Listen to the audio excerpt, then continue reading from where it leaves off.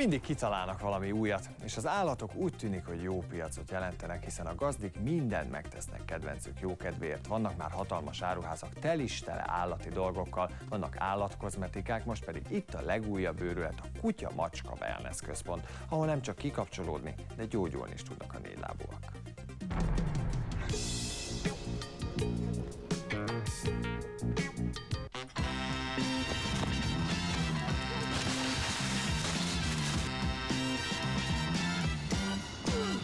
Két jól láthatóan különböző adottságokkal megáldott kutya közös programmal.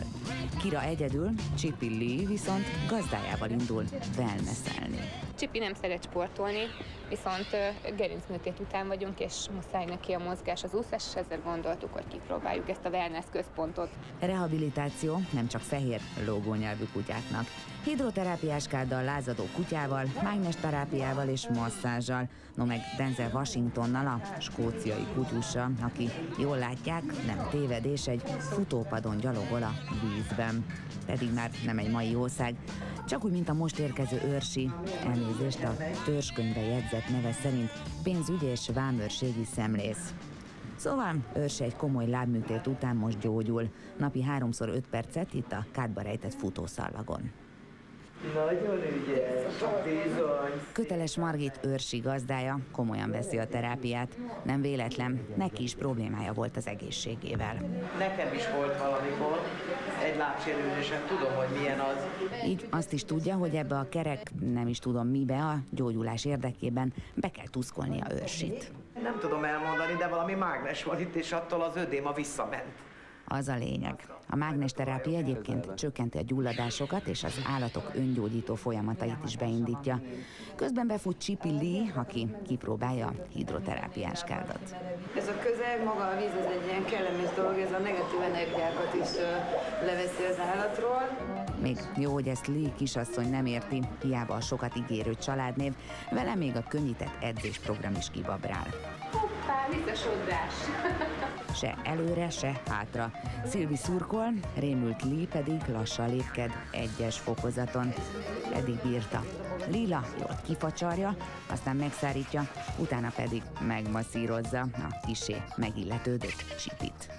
Föl kell oldani a kutyába ezt a görcsös tonuszt, és utána lehet elkezdeni őket masszírozni. Alulról kezdve, csak úgy, mint az embereknél, mindig a szív irányába haladva, amivel a fáradt izmokat ellazítják és fokozzák a nyirokkeringést is. Holmi luxusnak tűnik, de Juhász Tamás állatorvos szerint az állatok rehabilitációjára ugyanúgy szükség van, mint az emberekére. Eljutottunk oda, hogy ilyen műtéteket végzünk, amik költségesek és nehezek is, nehezen gyógyulnak utána, szükség van erre a kiegészítő terápiára is. Kira, hello! Hát te mit keresel itt? Kira, a fitness kutya is megérkezett, leteszteli, hogy a hidroterápiás kád vajon hogyan hat egy egészséges kutyára. Az emelőn egy kicsit alább hagy a lelkesedése, konkrétan menekülni akar, de ha már 20 000 forintért havi bérletet vettek neki, maradnia kell. Gyere! És Kira jön, először 2. fokozaton, de szép lassan belejön.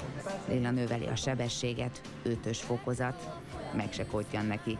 Rákap az ízére, jöhet a 7., majd a 8. fokozat, turbósebesség. Igen, még nem volt az első páciensem, aki ennyire ügyes és ennyire gyors.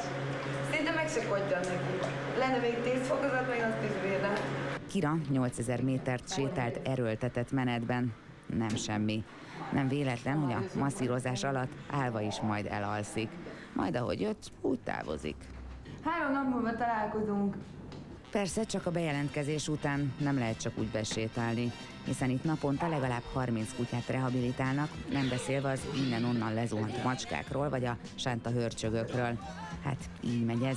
A pihenés, a masszírozás és a hidroterápia kedvencünknek is jól esik, csak bírjuk pénztárcával.